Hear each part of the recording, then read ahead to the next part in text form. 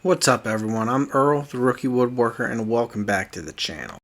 For today's video, I'm going to finally solve that problem that you see going on right here. Me sitting here on my knees using this planer. I mean, think about all my videos. How many times have you seen me on my knees on the floor using this planer? And sometimes I didn't use it on the floor. Sometimes I picked it up and put it on the table saw, all 90 couple pounds of it, picked it up and put it on the table saw to use it, doing that over and over again. And it was 90 couple pounds before I put these heavy steel in-feed and out-feed tables on it, so it's probably closer to 100 pounds. So finally, I'm going to solve that problem, and I'm going to make a rolling cabinet that this thing will permanently sit on top of. So due to this being a shop cabinet, the goal to this is not going to be to make it pretty.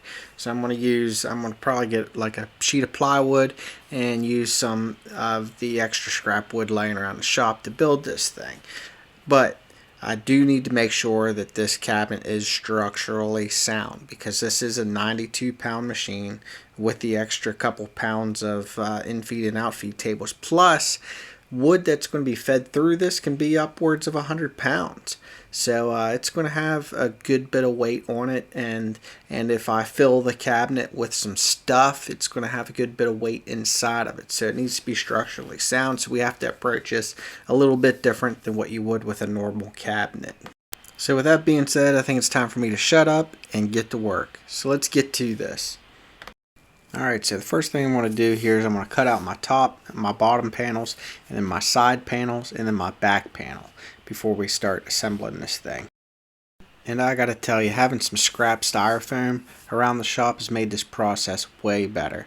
I used to put like a piece of 2x4 under there and then kind of balance it on the 2x4 and then miss the 2x4 and not hit the floor. It was kind of a pain, but laying down some styrofoam boarding is an awesome way to go for this.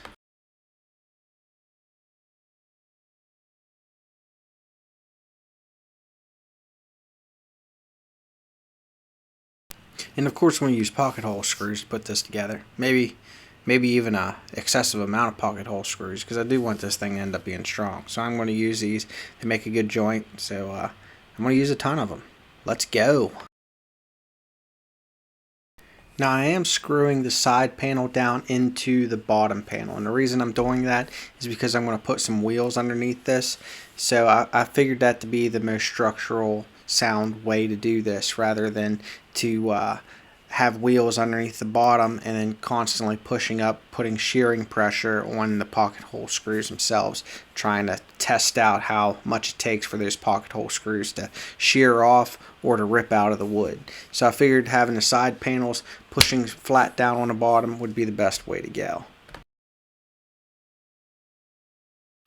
And with the top, it's literally the same concept. I want all of that weight to bear down on the side panels themselves rather than just on the screws. Then I'll go ahead and work on the back panel, and this is going to get pocket hole screws the whole way around it, because it's going to be on the inside of the box the whole way around.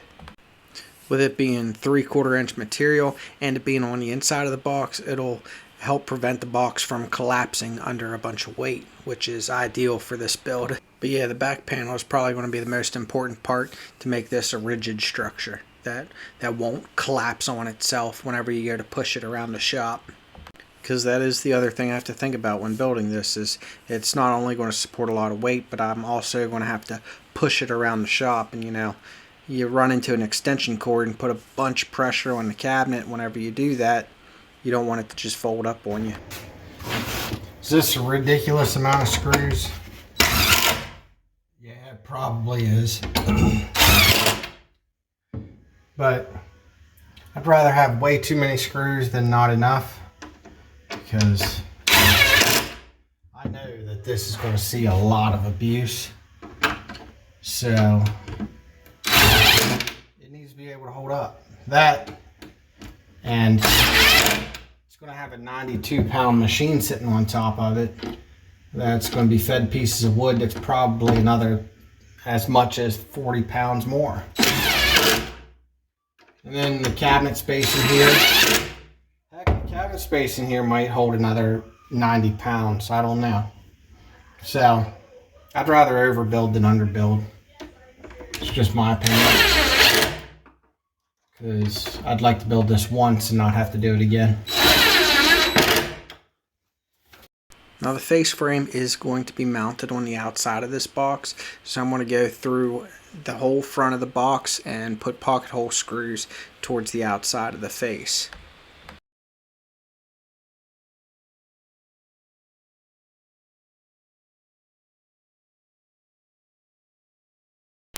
So the face frame I'm making out of some 1x4 material. I'm going to pocket hole screw that together as well.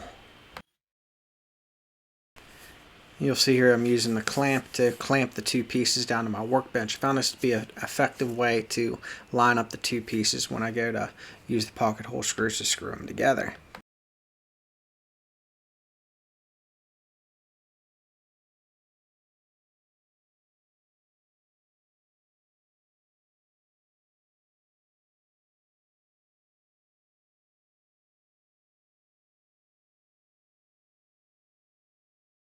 And this face frame is going to have a little bit of a divider because there is going to be a drawer at the top and then there's going to be two doors at the bottom. So then I started out by making sure my bottom corners are all lined up, and then I'll work my way up to the top corners to make sure everything is squared up and ready to go.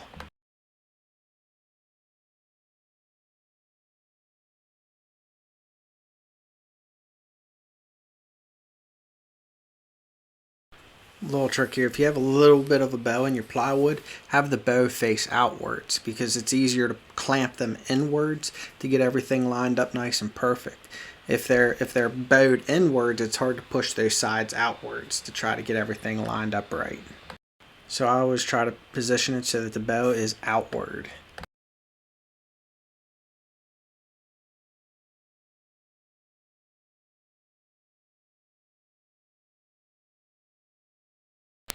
Then what I got to do is add a little bit of meat on both sides to screw in some drawer slides. Whenever I install my drawer, I want it to be able to roll in and out, so I need some drawer slides, and they need something to screw onto because the face frame is out from the side wall a little bit.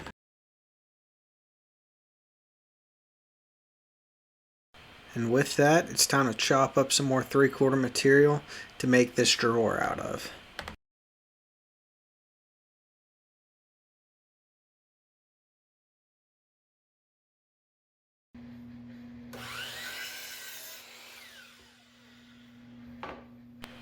Kobe! Good! And he makes another one from 3.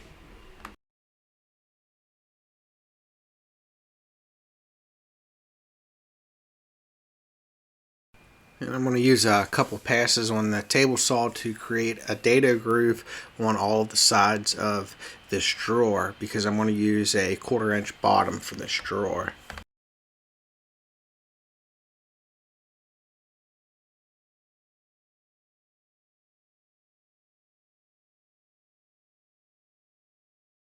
If you use pocket holes to screw these drawers together, you want the face to be the panel that has the pocket holes in it.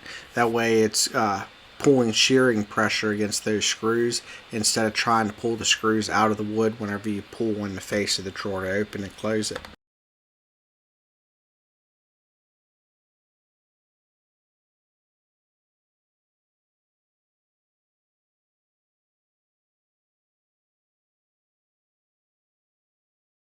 Since this drawer is so big and I'm only using 1/4 inch plywood for the bottom, I'm going to put a little bit of a divider in the middle of it. That way the bottom has an extra anchor point to hold on to. That way it's not such a big open span, because if you get too much weight in that big open span, it'll just end up cracking it out. And I'm going to use some regular old roller slides. They're super simple to use, super simple to install, and they're like $6 at your big box hardware store. So I'm going to go with these for the shop cabinet. Now, when I installed these boards in there, I wanted to make sure they were straight in line with the bottom of the opening for this drawer. And as long as that was done perfectly, whenever I install these slides, I didn't have to measure anything or check angle on anything. Just line it up with the bottom of it and go. Now the part that I'm putting on a drawer, it don't have that luxury of just being able to ride on the bottom of the drawer and being lined up, because the only part that actually reaches the bottom is the wheel back there in the back. And now the rest of it, for the rest of the length, you're going to have to make sure that the bottom of the rail is the same distance from the bottom of the drawer the whole way down the line, or else your drawer goes in there all crooked and stuff. Oh yeah, like a glove. Alright, so I wasn't worried about making this thing looking pretty at all, but I did want to take the opportunity to work with these raised panel cabinet bits just to get some practice with them. What they do is they'll like, different bits have different reasons. There's a different bit for this, there's a different bit for this end, and it causes them to slide in there nice and neatly to make your cabinet door. And then there's another bit to make a raised panel that'll slide in that groove around the door. So yeah, I'm going to practice with that. I'm actually going to use some junky material though, so in a way I am still sticking to making this thing not without worrying about how good looking it is. Alright, so I picked up this really junky wood out of a lot at an auction. I don't know what the guy used it for. It's just some 1x4 material. It has some weird yellowish finish on it. No clue what he was using it for. No clue what I was going to use it for. This seemed like a good opportunity to use it for something. Just making cabinet doors for the shop. The second piece I ran through like this had a little bit of tear out on the back end, so I decided to start using some painter's tape when I'm doing this. And that made probably a 95% difference. Had a little bit of tear out, but nowhere near as bad as that second piece. And here I'm cutting out some 3/4 MDF to make the raised panels out of. The bit that I have to make the raised panels, it's made for 1/2 inch MDF, so this is a little bit thick. I found I needed to make a few passes, raise the bit up a little bit each time to get this panel correct, because it was a little bit much material to go through in one pass. But overall, I'm pretty psyched at how this stuff shaped out. Looks pretty good. This was a pretty cheap bit set, and it really didn't create too tight of a joint. There was a little bit of some gaps in the joints in this, so I don't know that these bits are going to see any more action in my shop. Maybe the raised panel bit. The raised panel turned out pretty good, so maybe I'll use that one, but the rest of them, not so much. In the drawer face, it's just going to be a piece of 3/4 inch plywood tacked on. Alright, I'm ready to put on casters. Before I do that, I wanted to talk about this casters kit I got off of Amazon.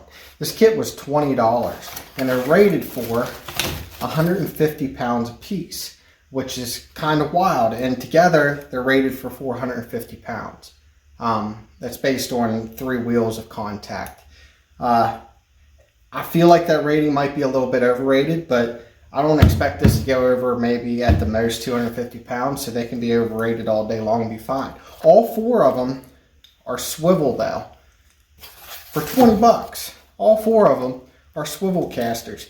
And I'm not sure about the hardware because these little screws they're kind of small, so I'm going to try them out. If they end up pulling out, the worst thing going to happen is I have to drill some holes and get some bigger bolts to go through, and that's fine.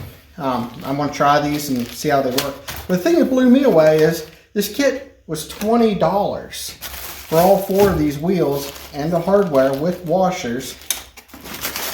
They give me a screwdriver. And it's not like the cheapest screwdrivers you find in some of these kits. This is actually kind of a nice screwdriver. It's got like the hardened bit and nice, yeah, pretty gentle rubber grip. I'm kind of blown away for this. For 20 bucks. Now, I'm going to put the link down below and, yeah, share the wealth, because that's a pretty good deal, I think. So I installed these wheels a little bit away from the edges of the box. That way, if those screws do pull out, I can just go ahead and drill some holes through and get some through bolts to go through there and secure them a little bit better. And keeping it away from the edge provides a little bit of extra room to be able to work inside and outside of the box.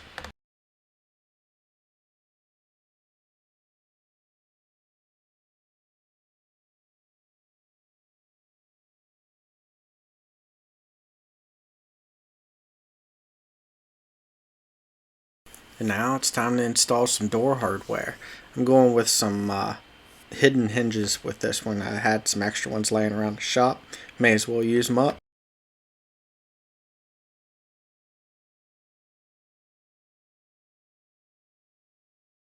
Smoky.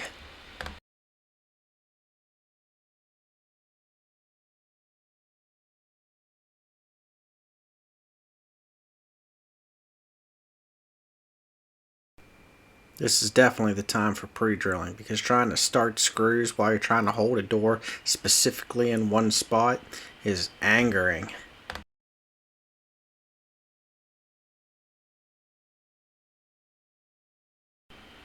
That's the most gorgeous, ugly looking thing I've ever built. Alright, now it's time for me to get this thing off the desk.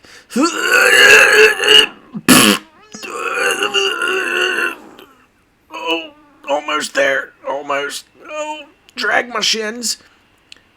Oh, we're down. Now hopefully it'll be the last time I pick this thing up. Just a couple steps. Oh, it's almost there. Whew. Screw doing that anymore. Man, I'm glad I made this thing. Alright, get the extension cord out from under it. You know how many times I've got the extension cord stuck underneath that thing? It's a wonder I haven't cut that in half all the times I've had to move this thing around the shop. Now I gotta do a proper structural test on this thing before I put it in work. Hop up and down on here a couple times, wiggle around a good bit, and make sure it don't collapse under me. If it don't collapse under me, I think it'll be fine. It survived, barely even creaked at all. Well, that is it for this build. If you like this video, do me a favor and give it a thumbs up. If you want to see more videos like this, hit that subscribe button and follow along. I have some more stuff I need to do for the shop, so I will have some more shop builds. And if you want to see some other creations, check out the channel. I got some decent cutting boards, some knife blocks, and some other things there to check out. Which some of my other videos should be popping up on the screen any second now, so feel free to check some of them out too. But until next time, make something awesome.